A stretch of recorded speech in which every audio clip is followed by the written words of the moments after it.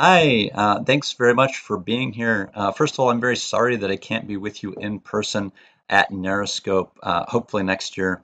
But my name is Jordan Magnuson. I'm a longtime experimental game maker. And today I'm going to give a very brief little 15-minute lightning talk about this, how to make a game poem. And this is for everyone, no matter what your background is, right? You don't have to be a programmer or a game designer to do this work. Anyone can make game poems, and I hope you will. But before I get to the how, let's talk about what is a game poem anyway, briefly, and why should you make one anyway, right? So first of all, when I say game poem, I'm not talking about a poem about video games, right? Which it can be one misconception, right? No, I mean a video game that is itself a kind of poem, right? And I'm not talking about digital poetry either, right? I know that we love text here. I love text. I love digital poetry, right? But the idea of game poems that I'm talking about, right, don't have to incorporate any text at all, actually, right? You don't have to be a traditional poet to make game poems. So what am I talking about? What are these game poems, right? Well, in the tradition of lyric poetry, game poems, as I'm talking about them, right, are essentially just short expressive games, right? For many years, I've been making tiny little games inspired by aspects of my daily life and experience. This one here is about taking long walks through the redwoods with my infant son back in California. Here's another one about cleaning a headstone. So these games don't require Twitch reactions, right? They have few clear rules and objectives, and they don't generally last more than about 5 minutes, right? They tend to be little games about slowing down and paying attention, being present in the moment. Here's a clip from another one, Portraits of My Child, which uses extremely simple visual and auditory elements juxtaposed with text to explore metaphoric meaning in a variety of little vignettes inspired by my son's first year of life. Right, and here's a clip from my game Loneliness, which is a short little symbolic game that attempts to explore a single emotion, basically, via simple representation, symbolism, metaphor, and rhythm. And I've actually written a book exploring in depth what it means for these types of games to be poems, even though they don't use poetic language. And you can check that out at gamepoemsbook.com. It's completely free and open source. Right, but I'm not going to dive into all of that now. What I want to focus on today in this brief talk is just one simple idea, which is this: making the familiar unfamiliar. So Percy Shelley, the famous romantic poet, has this quote that I love. He says that the special power of poetry is that it lifts the veil from the hidden beauty of the world and makes familiar objects be as if they were not familiar, right? So maybe things that we've seen too many times, right, helps us see them in a fresh way, right? So we can say that game poems are tiny video games that borrow ideas from poetry to help us approach games in a fresh way. And this connects to why should you make one anyway, right? I don't know about you, but I want to see video games that reflect the full spectrum of human experiences, right? And I think one way to help us get there is to encourage people to approach video game creation as an accessible form of poetic expression. So how can a poetry lens help us create fresh and unexpected little video games? Well, let's consider ideas of value as a starting place, right? So historically, as you know, right, video games have been largely tied to capitalist values, things like commodification, monetization, right, hours of play, of course, right? And poetry, on the other hand, values other kinds of things, right? Reflection, slowing down, the inner life, right? Poetry maintains that small things can have value, mundane things can have value, right? Personal expression has value. And lyric poems, of course, are very strikingly short, right? Sometimes only a few words. And so poetry can potentially free us up, I think, to make tiny little games about anything at all we want to say, right? Which is really the starting point for this idea of a game poem that I'm talking about. And it's just one example of this from poetry. Here's a poem that I love by William Carlos Williams. I have eaten the plums that were in the icebox. and which you were probably saving for breakfast. Forgive me, they were delicious, so sweet and so cold. I love this poem, and I think this particular type, right, of short form expression about things like plums in an icebox is pretty unique to poetry. Uh, so poetry, I'd say starts with just some little thing you want to say or some little thing you need to say, maybe, right? Maybe it's just for you, or maybe it's for a lover or an enemy, right? Maybe it's a reflection on the meaning of life. Maybe it's something, charming or humorous to give to a friend, or maybe it's just something to write on a napkin, right? Wrinkle up, throw in the garbage, never look at again, right? All of that's fine. All of that's poetry. Um, and my point is that you can make games like that,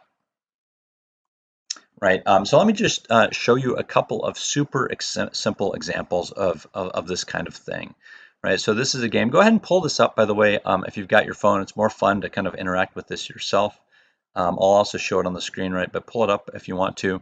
A little game titled "A Cat Encountering a Pond," right? Okay, so I'll pull this up, and I think you got to press like Run Game or whatever on your phone, I think, as well, to get this going.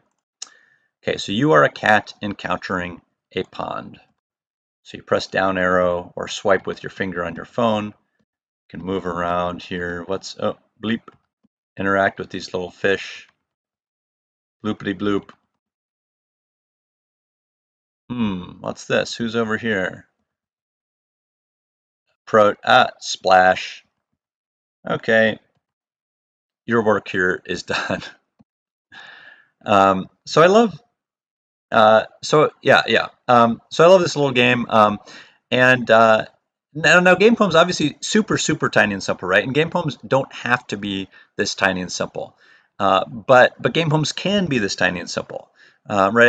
I think this is a great example of just kind of a wonderfully expressive tiny game that's just some little thing someone wants to say. It's a haiku, right? And this game was made with an online tool called Bitsy, which you may have heard of. All of the examples I'm going to show you today were made in Bitsy, and that's not because this is the only tool you can use to make game poems, of course, right? But it's just because you can learn to use Bitsy in less than an hour, right? Even if you've never made games before.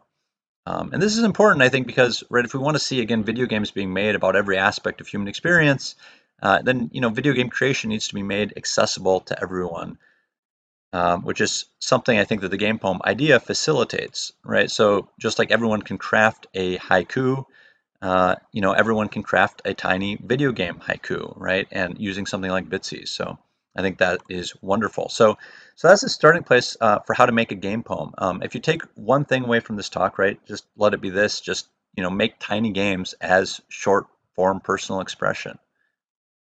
But let's consider another way that poetry can help us approach games in a fresh way. So think about the kinds of things people tend to make video games about, or historically at least, right? The areas of interest of video games, right? I'd argue that video games have always been predominantly concerned with objective, quote unquote, objective reality. That is with relating bodies and objects and representations of physical space, what's going on in the outside world. Things like spaceships flying, right? Rackets and balls colliding, people driving cars and shooting guns, etc. Right? And poetry, of course, cares about the outside world, right? But it also cares about subjective experiences, right? The inner life, the spiritual life, human relationships, right? Kind of what's going on beneath the surface, you could say. Why does death so catch us by surprise, and why love? Right? These are some of the questions that poetry cares about, right? And tiny video games can also tackle these sorts of themes. So here's another Bitsy example. Again, pull this up if you want to. I'll give you a moment to do that. The Crying Game by Sophie Mallinson. So go ahead and pull this up, right? And in this game, it's just you press the down key or stroke your screen to cry.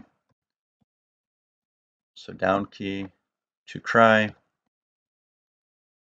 I've cried for so many dumb, petty reasons recently. I've cried because my favorite ice cream was discontinued. I've cried watching Evgenia Medvedinova's figure skating routine to the Sailor Moon theme song for the fourth time. I've also cried because of low self-esteem. I'm convinced I'm less smart or pretty or likable than everyone around me, right? And this game goes on, and you get the idea. I won't play through the whole thing, right? But this game is a super simple uh, example, right? Super tiny, but that's very much, at the same time, very much attempts to explore interior human experience, right? So it's another tiny video game that's also a fresh and unconventional video game, I would argue. Right, so how to make a game poem. Point number 2, make tiny games about subjective experiences and interior life, right, rather than games that are purely about objects in space. But going a step further, right, reaching beyond interior human experience, let's consider our relationship to other living things, the natural world. Conventional video games have often framed the world again as an object, as a resource, right? Something to be used, consumed, destroyed. So we get images like this, and like this, and like this, right? And poetry, by contrast, can help us to see not only ourselves, right, but also the world itself as subject, right, as alive, organic, and full of interconnected living beings. Ursula K. Le Guin has this great quote at the start of one of her poetry collections. She says, one way to stop seeing trees or rivers or hills only as natural resources is to class them as fellow beings, kinfolk. Right? Poetry is a human language that can try to say what a tree or a rock or a river is. That is to speak humanly for it in both senses of the word for. And it's part of a longer reflection that I'd highly recommend. But I'll show you one more tiny bitsy game here, a lake sketch. Go ahead and pull this up again if you want to, by Adam Ledoux. And this is probably maybe the simplest of the lot. I'll pull it up now. Lake sketch, press down to start, right? And you can walk around here with as this deer. You can come down to this water, and I don't know, depending on your screen, right? This may or may not, it might be hard to see, right? But there's this beautiful reflection here, and you can continue to press down to watch the clouds move across the sky, right? Or the reflection of the clouds moving across the sky. Then you can wander back up.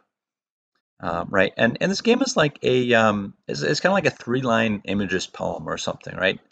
Tiny, but at the same time, it wonderfully foregrounds, right, this non-human perspective on a non-human environment. Right, it's almost the opposite of this in a lot of ways. Right, so how to make a game poem. Point number 3, right? Just make tiny games that aren't only about the human interior experience, right, but also games that give voice to the natural world. And finally, and this is the last point I'll talk about today, consider how poetry offers a different vision of reality compared to conventional video games. Video games have historically, I'd say, been infatuated with literalism, right? So the kind of the desire, right, to achieve ever higher fidelity, right, in graphics and sound and physics rendering, right, to arrive at a kind of hyperrealism, you might say, where the player doesn't really have to work for meaning, right? There's not really much use for metaphor, for example, right? But video games don't have to go in the literalist direction, right? You can use simple visuals, push into things like metaphor and ambiguity instead, like poetry does. Also things like hyperbole, right? And again, a simple tool like Bitsy is great for this because there's no way to create a photorealistic world in Bitsy, right? So this is a Bitsy game titled You Are Doe, and I'm not going to show this one because of time. It's a little bit longer than some of the others we looked at, right? But it's a game that playfully engages metaphor, right? You are dough, become bread. What does this mean, right? The way you find meaning here is very different from this. And remember, of course, that game poems are not limited to Bitsy games at all. But Bitsy, again, offers a very nice, very accessible starting place for doing this kind of work for anybody. Right, so how to make a game poem. Point number 4, make games that embrace simple graphics, metaphor, ambiguity, right? Games that push back against literalism and simple ideas of quote unquote realism. And I think that's all I have time for today. But if you're interested in this idea, check out gamepoems.org. Right, this is a little online magazine I started recently to highlight game poems. And you'll also find links to my book and other resources, right? And the Game Poets Discord server, which I invite all of you warmly to join. So thank you very much for your time again, and I hope you'll go make some game poems. Thank you. Bye.